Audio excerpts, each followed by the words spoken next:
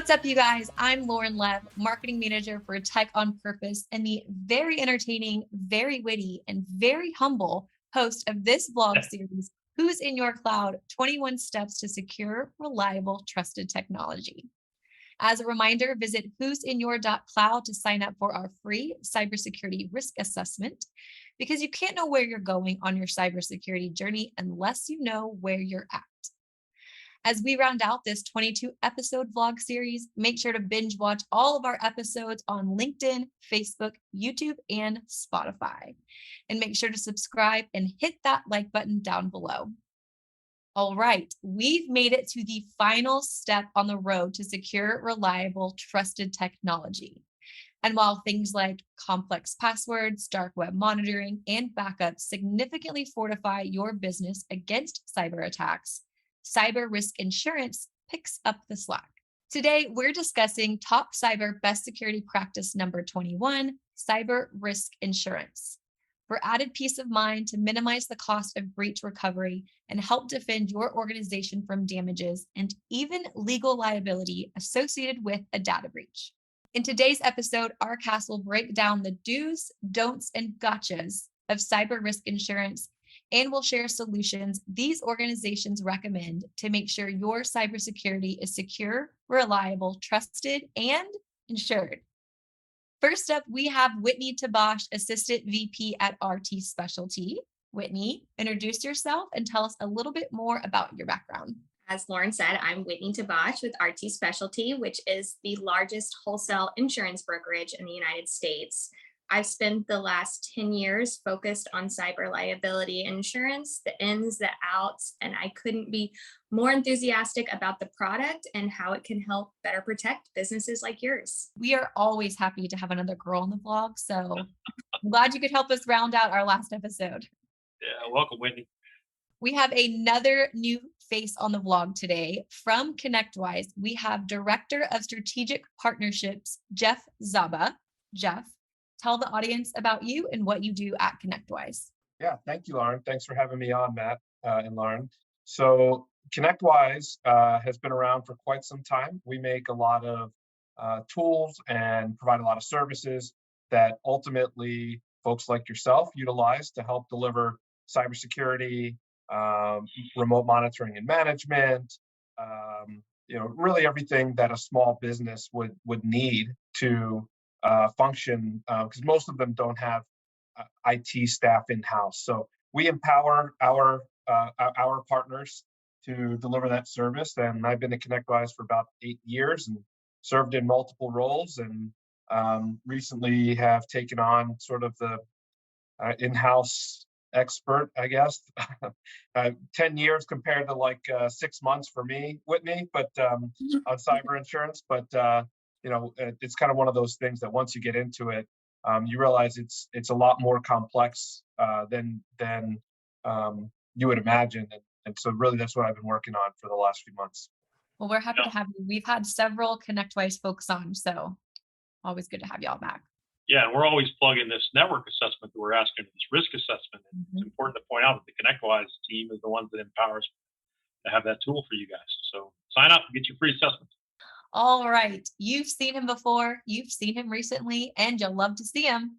Back again is Ivan Painter, CTO at RCS Secure. Ivan, take it away. You know the drill. Hey guys, wonderful to be back. I'm in the Red Room today. This has been such a wonderful video series. It's ridiculous. Thanks for having me back again, guys. Yeah, somehow somebody gave me the title of CTO. Can you imagine that? But yeah, I still push the broom around. So I'm looking forward to speaking my thoughts, as always, about cybersecurity and especially cybersecurity insurance. This should be a lot of fun. Always. It's So always. were you in the green room before we started recording? I can make it green now if you want. There you are. We can change it with like Ivan's level of like ridiculousness. Just change it. So right now it's warning, we're Warning, he's coming. Warning. All right. And last but certainly never least, we have Matt Tankersley, TechOnPurpose's founder and CEO. Welcome back, everyone. So glad to see you. It's been a long journey from episode 0. I always get confused when we talk about our top cyber 21 practices and we talk about 22 episodes, and that's why, right? So thanks, Lauren. It's so great to have all of you, and audience. Can you believe we've made it this far, Lauren? Feels like it. Well, if you know our team, you know our company, you know our brand and our mission, you know we generally care for those we serve. In fact, the whole origin of this series was our desire and the obvious need to educate our current and prospective clients on how best to protect themselves and their livelihoods through the adoption of highly vetted and recommended best security practices. So it's highly ironic to me, Lauren, that despite our best efforts, there are still those who, shall we say, defer the choice of adopting best security practices, in large part due to the additional cost. But it blows my mind because all the data shows us clearly that the choice to not adapt is exceedingly more costly and even devastating. And now more of a question of when than not if, which we say quite often, right? It's not because we want it that way. It's because that's the reality of who the bad guys are. So I'm so grateful that many of our clients have at least adopted change now that the insurance industry has tightened, I think rightfully, the requirements for insurance coverage of these types of risks. And no doubt you guys can tell this story better than any of our team, but I want to extend a sincere thank you for your wisdom and direction in guiding our mutual clients to be smarter and more proactive about cybersecurity adoption. So thank you. So we've got a diverse group with us today, Lauren, and each of you brings a unique perspective to the discussion as a whole. But let's set our final episode sights today on the insurance factors of cyber risk. Ivan, so glad to have you back. Why don't you start us off? Why is the cyber risk insurance topic so important to everyone? And what scary facts can you share to help our audience understand and prioritize this critical cybersecurity best practice? Matt, why are you picking on me? Seriously. I'm the cybersecurity nerd. I have nothing to do with cyber insurance. Look, let me tell you something. Let me ask you a very simple question. Sure. Do you have a car? Yeah. Do you drive without insurance? No. Case closed. At the end of the day, if you, Whitney, like that one, if you're on the internet and if you're doing business on the internet, it's, and I've said this so many times, right? It's just a matter of time. It's no longer if, it's always, it's going to happen. It's going to be a win, right? So prepare for the inevitable. You know, you guys have always heard me talk about, oh, walking in the woods with your best friend, and all you got is a BB gun, and you're going to shoot him in the leg. Look, that insurance that you have is that BB gun, right? Because you want to be the fastest one out the trail. You don't want to have to rely upon your own resources, because when you do get hit, right, there is a massive amount of penalties that can be imposed upon you. There are legislations that are out there. There are GDPR. We can go on with the compliances. At the end of the day, one of the things that I really want to discuss is that not only should you have cybersecurity insurance, but you should be prepared for them too. Don't just come to an insurance company and say, hey, I'm here. No, come to them with a good driving record. Come to them with the establishment of the fact that I've got constant monitoring going on through a security operations center like RCS Secure, or the myriad of them that we've talked about here before, or utilizing some quality tools that we've seen before that Jeff is going to be speaking about. But come to them prepared, not just willy-nilly. And at the end of the day, I'm hoping that Whitney is going to tell us that's going to bring your rates down too, because that's part of it. Absolutely. Cybersecurity insurance, when we first started this, was really kind of reasonable, and then they figured it out. Now it's really kind of expensive, I think. I'm not really sure. But at the end of the day, if you come prepared, if you drive a Volvo versus a Maserati, you're going to get a better rate, right? So you want to have the best protections to make sure that you are looking forward with cybersecurity insurance company. Yeah, and I think the key there, Ivan, is that you're going to have another day. I mean, because the alternative is you may not have another day. Your livelihood and your business may be gone. And you know what, Matt, and I was going to give up the mic, but you just brought it up. There's a lot of companies that have gone out of business that don't have cybersecurity insurance.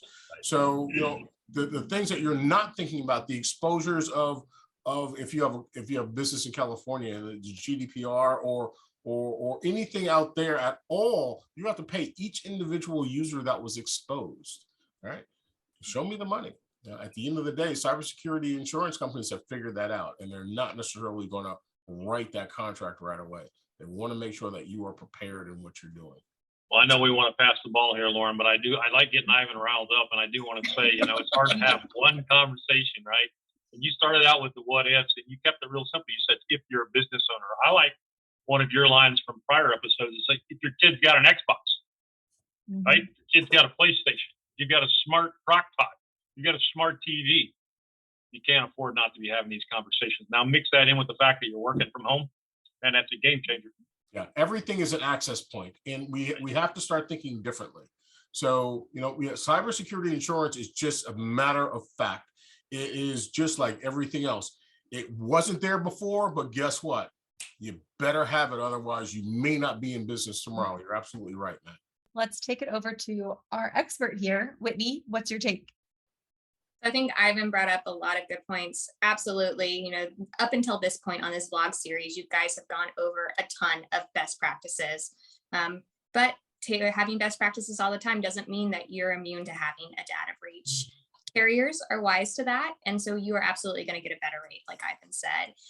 There are a lot of insurance companies that will not quote you if you don't have all of the best practices that Matt, Ivan, and the other contributors have gone over this far in this vlog series. But kind of to go back to the basics on cyber liability insurance, it's both insurance that would respond if you have a claim that's made against you because of a data breach, and it can be triggered by the breach itself. So you find out you have a data breach. What do you do next? It's important because there are many ways a data breach can manifest. And there are both organizations and people that are out there targeting your business. And not just your business, but any business that they can get access to. They know that the number one reason that there is a data breach is the human factor. That's just one person making one mistake.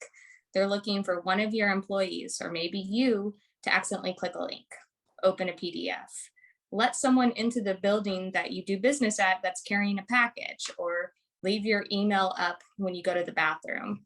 There's so many ways that they can get in. It's impossible, to cover all of them. In recent years, the top claims drivers are crime related. So there's a lot of organized crime in the cyber world. They cause both social engineering claims and ransomware or extortion claims. Those are the top two drivers in financial loss right now. Cyber extortion or ransomware is just when someone takes over your system and demands an amount of money to take it back. And then social engineering is someone tricks you into sending money somewhere you shouldn't. Think about the Nigerian prince emails we all got in the 90s. That's kind of the very first social engineering claim that was out there. I know that guy, by the way. The 90s, I'm still getting those today. Anyway. Yeah. Unfortunately, they're ever evolving. They've gotten a lot more targeted, a lot more savvy, smarter than I am about how they run these scams. One claim that I worked on recently was for one company that was acquiring another company. During the negotiations, the CFO goes to Turks and Caicos. His wife is really active on Facebook. She posts pictures every day of what they're doing. During that time, an accounting contact who regularly makes transfers for the CFO gets an email from the CFO saying, I spoke with our legal team. I spoke with the seller of the company we're acquiring. As part of the next phase of due diligence, we need to send $250,000 on, and also to show that in good faith, we want to move forward with this transaction. It referenced the weather that day, even talked about the surf lessons that they had taken as a family that morning. Everything was normal. Wow. And they sent the money and it's gone forever. Wow. This is a very typical kind of social engineering claim. And, anyone can fall prey to it. It looks legitimate. Even all the preparation that you can do, one person can be tricked. I'm trusting, I get it. Another thing to think about is, again, back to how we started this conversation. Just what would you do if you have a data breach? Carriers have 24/7, teams there to help you respond. If you got a ransom, do you know what to do next? Should you pay it? How do you get to a cryptocurrency broker to even get the money into a wallet and pay the criminals as they want to be paid? There are so many things that go into it. I've been brought up notification costs. Every state has different laws on what you have to do if you have a data breach. And that's determined by where the person that was affected is located. So if you have clients in multiple states, one data breach could involve 50 different state rules as well as federal. You have days in some cases to respond to this. How would you even know where to start? So that is really a big value that cyber liability insurance has. Yeah, that's awesome. I mean, look, you guys assume so much of the risk, right? At least on the financial side, and it only makes sense that you would be on the forefront of helping to mitigate that risk. And so I think a lot of us don't even think about that stuff. We're just like, hey, if I'm going to get hit with a $250,000 dumb click, how do I get my $250,000 or some portion of it back? The reality is there's more to it than just the 250, and there's these reportings, and the fact that you guys have that subject matter expertise and the knowledge of what needs to be done next besides that, man, I mean, those are things I hadn't even thought of, right? So glad to have this conversation. Yeah. You bring up good points, because in addition to what happens with that 250,000, there's computer forensics. How did that person even get access? Because if they already have access to your system and can cause another breach that costs money, you could be in the same place in 2 weeks or 6. Yeah, and we were having compliance conversations over the past couple of weeks as well, and it's the same thing where, not getting to the insurance point yet, but on the front end, we've had a compromise. We have regulatory requirements to solve the gaps in our security stack. So it happens again, and we have evidence that we haven't solved the gaps in our security stack, and so now those penalties and things are just going up and up and up, and to the degree that you guys in the insurance industry could even be liable for that. Again, I just a big light bulb for me right now about how invaluable resource you guys can be in making sure that the response is right, not just what we might think it is. So good stuff. All right, Jeff, over to you. What's your take? Yeah, I think Ivan and Whitney did a great job of simplifying where cyber insurance comes in, and what the role of it is and why it's important. There's it's not meant to be a pool of money, right, that you go and you take from in the event that something bad happens. That's really the worst time to start thinking about cyber insurance. Like Ivan mentioned, being able to walk in and say, look, I'm healthy, right? I've been doing my due diligence. I've partnered with TechOnPurpose and they've got me up to snuff. That is tremendously helpful. That is absolutely the backbone of any good incident response plan, is making sure that prior to there being an incident, that you understand what the language is that you're going to use in the event that something happens, right? Understanding what tools you have in place.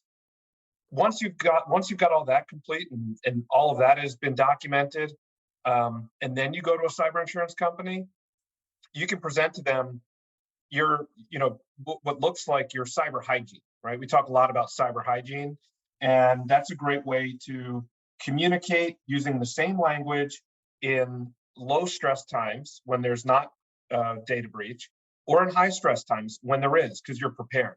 So the whole idea of an ounce of prevention, I guess, right, is really where it starts. And I've done several talks to groups like yourselves, and I'll ask the question, hey, how many of you have had a customer say that my cyber insurance renewal is up in 3 days, and if I don't get this tool in place, I can't get cyber insurance, right? It happens frequently, and it's what we hear from a lot of our partners is, well, we were talking to them for 3 years about multi-factor authentication.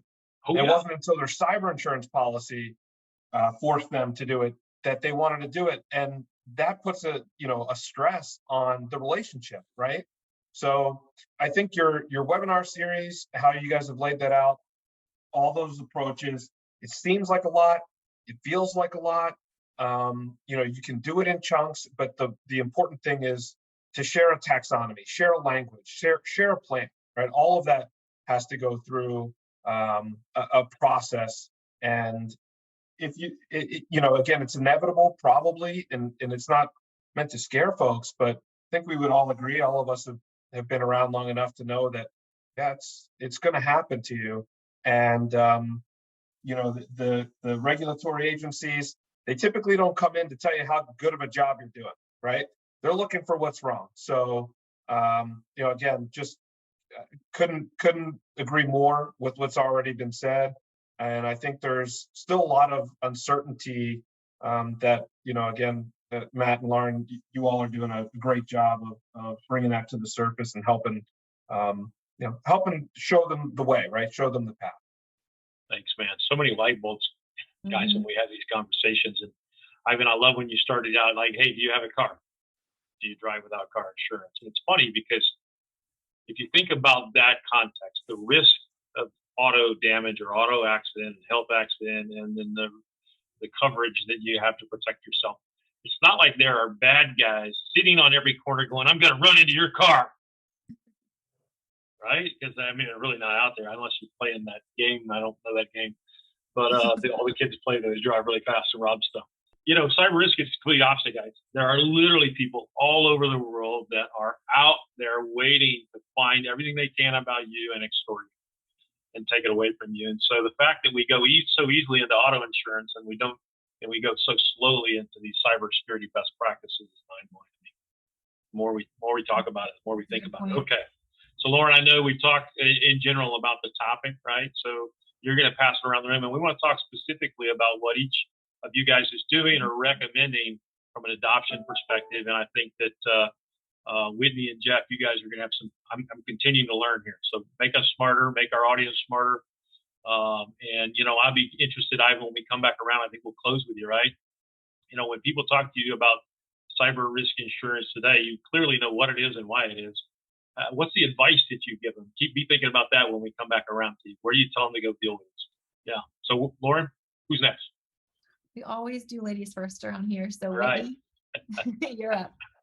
Yeah. Unfortunately, not all cyber liability policies are created equal. There's no regulation when it comes to cyber liability insurance. So coverage can be vastly different from one carrier to another.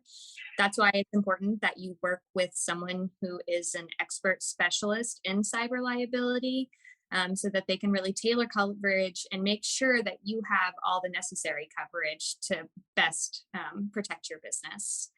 Comprehensive cyber liability involves a lot. I'm going to name them off. Bear with me. There are a lot of things that it should include. Unfortunately, it not always does. Attorney's fees if you're sued because of a breach. Computer forensics. How did the breach happen? What data was affected? That's really important because if only a small amount of your data was affected, you don't need to notify every single person you've ever talked to on your computer. There's only a small amount of people that you have to actually contact. And then how do we prevent future breaches? Regulatory fines and penalties, which we've gone over extensively. Credit monitoring for those individuals that have been affected by the breach. Data restoration. It's not always possible to restore your system, immediately. What can be done, though, to recreate that data if you can't get it back easily? Business interruption. We all know that if your business goes down because of a data breach, you're going to lose money.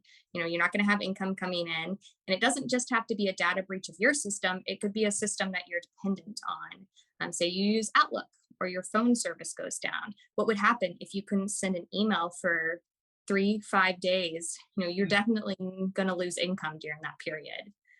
It will also cover ransomware or extortion threats, financial reimbursement if you suffer a monetary loss, like those social engineering claims we talked about. The expense to restore your reputation. Think about the Target breach. Everyone has heard of it. We all know what happened. Probably most of us were affected. We got notification. If you had a breach like that, what would your clients think? So they have crisis management expenses, help you restore trust in your brand for your clients. Notification costs. Ivan went over that really well. Each state has different rules and regulations on how you have to notify people. The carrier will give you a vendor that will help you do that and do that pretty quickly. Also, many carriers have taken a risk management first approach. So they're encouraging you to partner with companies like TechOnPurpose, ConnectWise, RC. They want you to have the best practices in place and have those risk assessments beforehand. What can we do to prevent a breach? Because not all breaches are preventable, but if we can do something to prevent it, we want to go ahead and do that and mitigate any type of loss that's associated with it. Yeah, Whitney, I love insurance premiums, or I'm using the wrong word because I'm not an insurance guy, but they're not created equal. And I know you just mentioned a few of them. What are the ones that, most people are not, most of your competitors might not be including? So for those who are listening and they're in the middle of this or about to do this, what are the things that they ought to be, 3 or 4 key things there that they need to look out for? Yeah, the big things that are an add-on and have been an add-on for a while is cybercrime. And what we consider cybercrime are funds transfer incidents. So like that social engineering. There's even invoice manipulation. Say you use a vendor like Outlook and you get an invoice from Outlook that says you need to pay this amount of money and you pay it. If that would be a breach that occurred on Outlook's side, if they had invoice manipulation, Outlook could be reimbursed for that cost that you paid. It could also be a social engineering claim. Telecommunications fraud, someone uses your system to spoof. They're also, like Ivan mentioned, the hardening of the cyber market is incredible right now. And because of that, there's limitations on coverage. Something that is really scary to me is cyber extortion has been limited on a lot of policies. So you might have a $3 million policy limit, but then there's co-insurance, and then there's also a $100,000 sublimit on cyber extortion. So if you get a ransom threat, if you have co-insurance of 20%, you're going to have to pay 20% of whatever that loss is. And the carrier is only going to pay a total of $100,000. Those are kind of things that I see are red flags to me right now, but anything goes. If a carrier can limit their coverage and still get a big premium, there are ones out there that do that. Right. A little less ethical, maybe. I don't know who all was on the episode or if you guys heard the episode, but we talked about this recently where we had a client.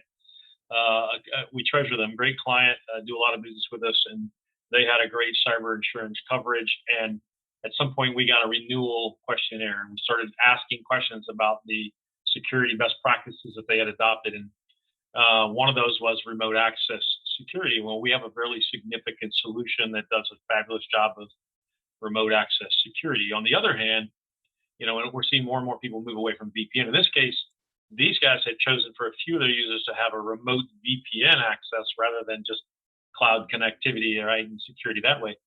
And it turns out we had multi-factor authentication on all of their stuff, but their VPN didn't have multi-factor authentication. And the provider literally, so if you guys are listening out in the audience, this is important, right?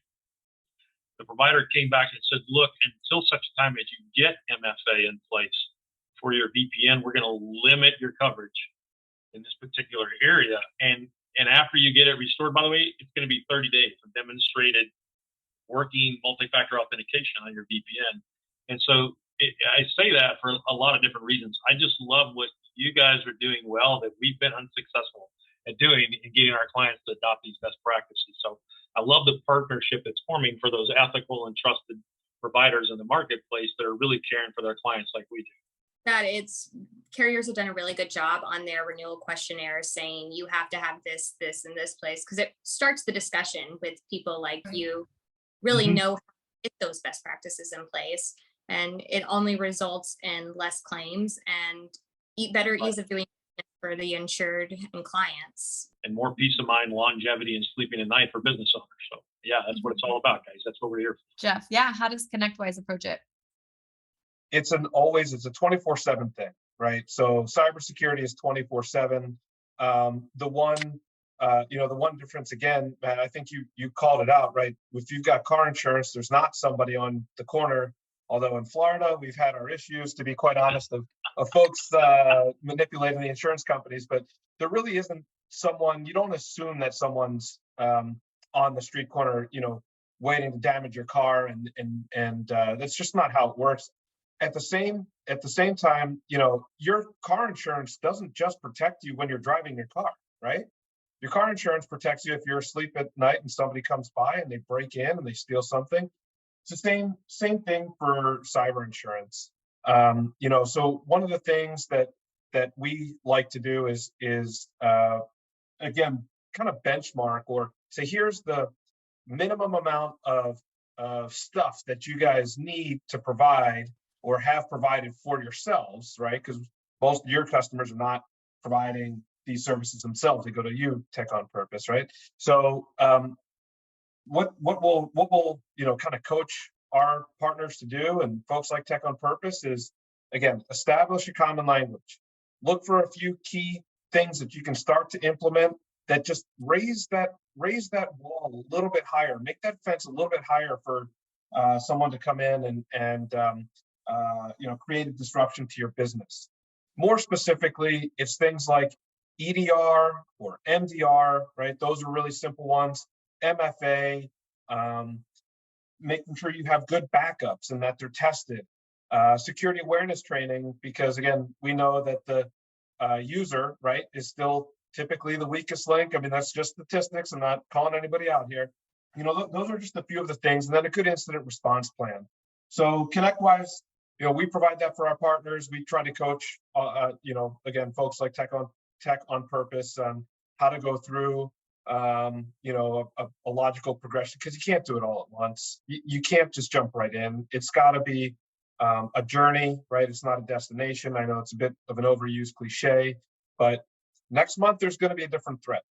And partnering with good companies that have good experience in those areas, or ConnectWise, for example, we've got 160 security operations center analysts that have eyes on all of the TechOnPurpose equipment and their customers' equipment, right?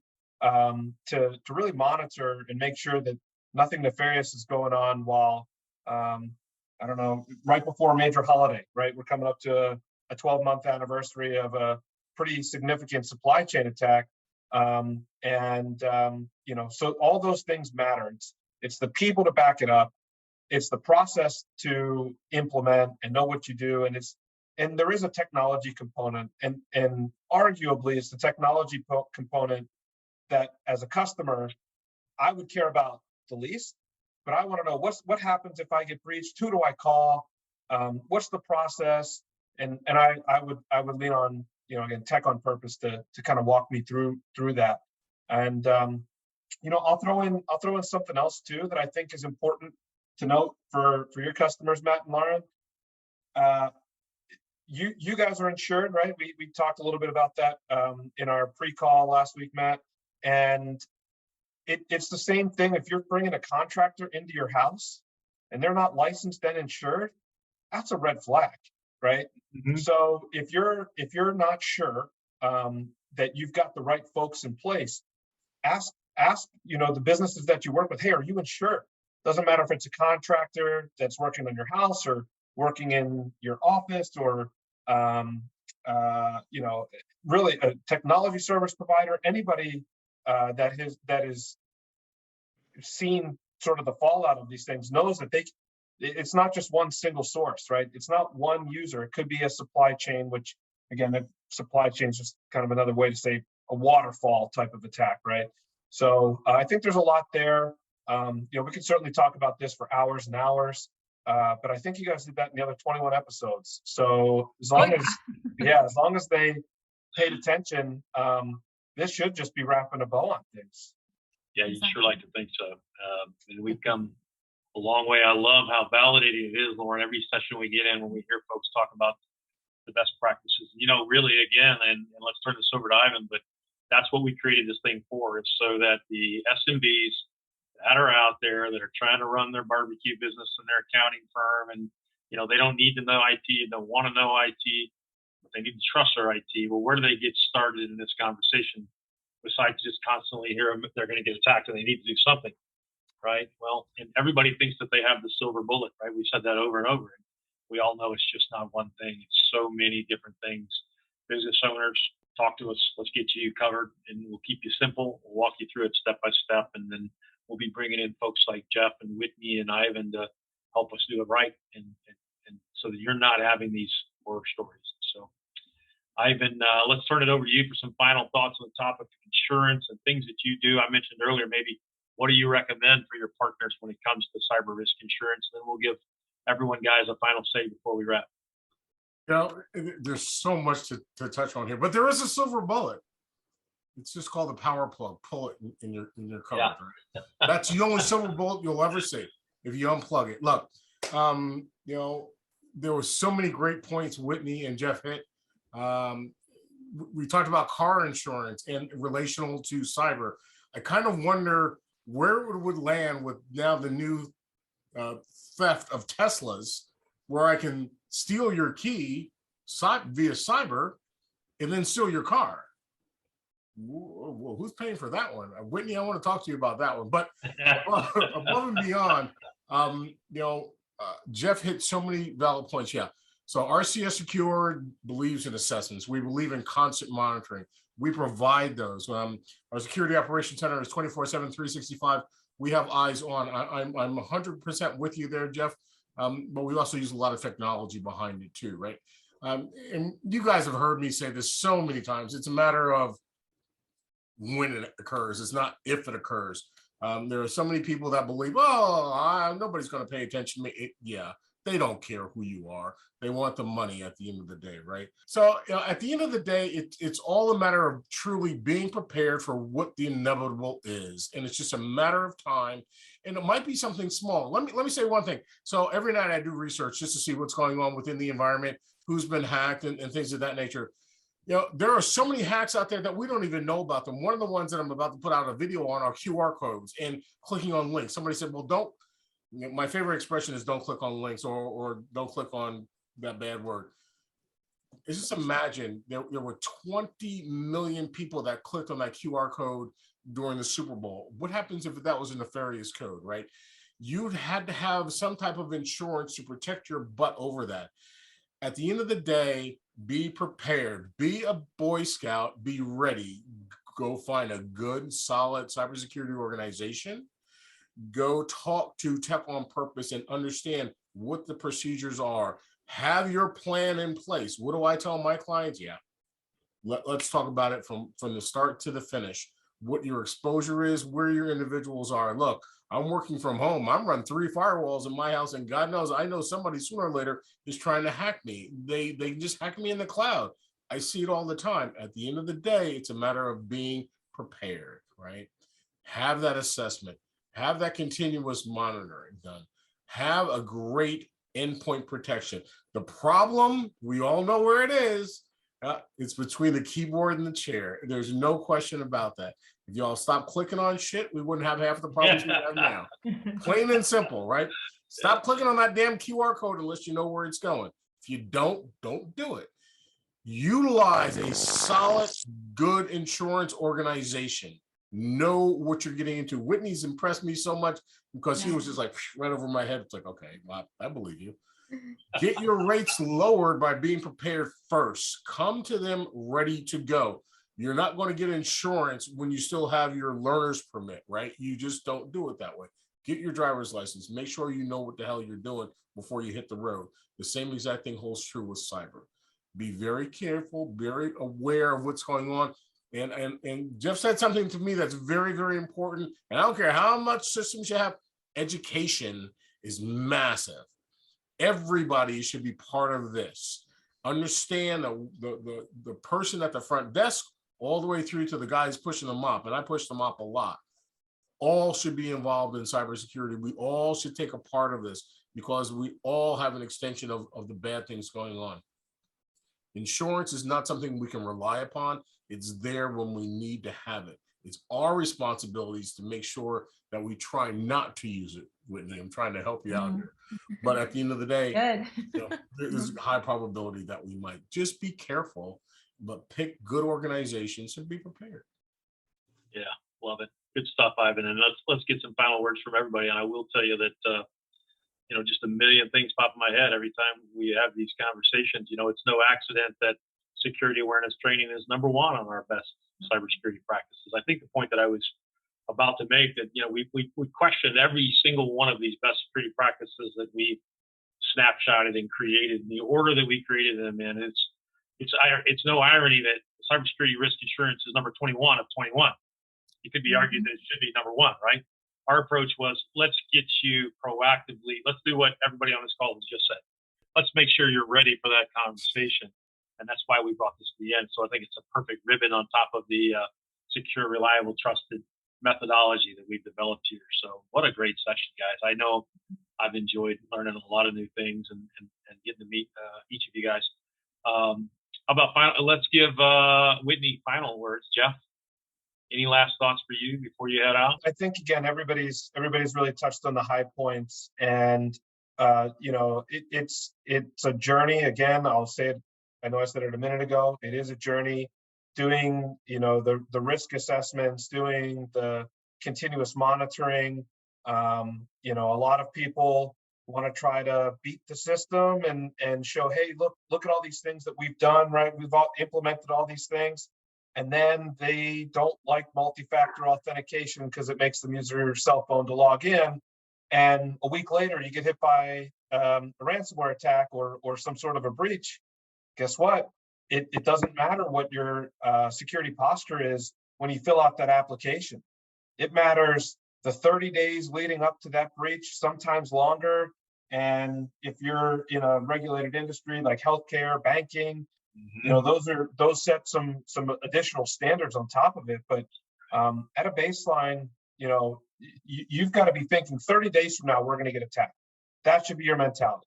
What can I do to prevent something from happening 30 days from now? And I think that's a good way to develop sort of this security culture. Like Ivan said, everybody from the front door person to Ivan back there pushing mops, right? So, and it's actually Ivan and I back there pushing mops. There you go. But so just get a head start, and it'll just make the relationship between TechOnPurpose and you guys go so much smoother, and and just know who you can trust. Yeah. Jeff, thanks so much. We're grateful for your partnership and glad you joined us today, man. Thanks for having me. Absolutely. Whitney, any final thoughts? Well, as my fellow contributors, TechOnPurpose and Who's in Your Cloud has really illustrated, there's always something new when it comes to cyber liability, cyber crime, and data breach trends. It's difficult, if not impossible, to stay up what's going to happen next when it comes to data breaches, what's going to cause it. That's why even if you have the best practices, a data breach can still occur. And that's where cyber liability insurance comes into play. You can, for a relatively low cost, get $1 million limit that can help you manage the risk and mitigate it if there is a data breach. Hey, Whitney, thank you for your partnership. If I'm not mistaken, you're the one that's equipping us with our coverage for going out to our clients and being secure. So thank you for that as well. Glad you're here with us today. TechOnPurpose has excellent tech E&O and cyber in place. Ivan, any closing thoughts? I think the entire video series has hit it. I think the entire panel has really hit it. We really just have to be careful. Be prepared. Understand that the bad guys are out there, and in this, they said before, they don't really care who you are, and they don't care if you're a big organization or they don't care who you are. There's one other thing I do want to touch on that Matt touched on as a final thought. Know the other entities too. Know your HVAC contractors. Okay, don't just ask them to show you a document that they are secure, that they have protections as well. If you look at all the compromises, a lot of them didn't occur with you. So at the end of the day, I think the bottom line is just be ready, be prepared. You've got a lot of great resources here. TechOnPurpose has given you an entire video series of how the hell to do this stuff. Pay attention. That's what it's about, guys. You've got it right here. Pay attention. I love it. I love it. If you were following along from episode 0, you'll remember we said when we get to the end, guys, and we're at the end, we're going to get Jeff's boss, Jay Ryerson. We're going to get Ivan. We're going to get Patrick. And we were going to do the, what was it, tequila or whiskey episode where we recap the whole thing. So if you thought this was good, wait for the final fidelity. Right? That's going to be crazy. This was a great episode, guys. I'm so grateful. It gave me new things to think about with our clients, Lauren, and helping them understand the significance, understand that this isn't something they're in alone. You're not the only business owner out there. Talk to your peers. Ask them what they're doing about cyber, preparedness and cyber risk and cyber insurance. And, ask them about TechOnPurpose. Ask them who they're using like TechOnPurpose. Just do something. Don't sit back. and wait for all of your hard work to disappear in a moment because the bad guys are out there on the corner looking for you and your staff. So, Lauren, thanks for all that you've done to bring a great series together. And let's close this episode out. Tell our listeners one more time, how do they get a free risk assessment? How do they learn and watch these videos? All right, so sign up for our free cybersecurity risk assessment at who'sinyour.cloud. I feel like at this point I should get it like tattooed on me somewhere. Said it so many times. And to start a free trial from any of our solution partners throughout the entire series, send an email to freetrial@who'sinyour.cloud. Next week, we are doing our finale episode, like we talked about, our little fireside happy hour recap. You'll see Ivan's beautiful face there. So join us for that. That's definitely going to be an episode you're not going to want to miss. Thanks for hanging out with us today. We will see you next time. Bye, everybody. Thank you so much.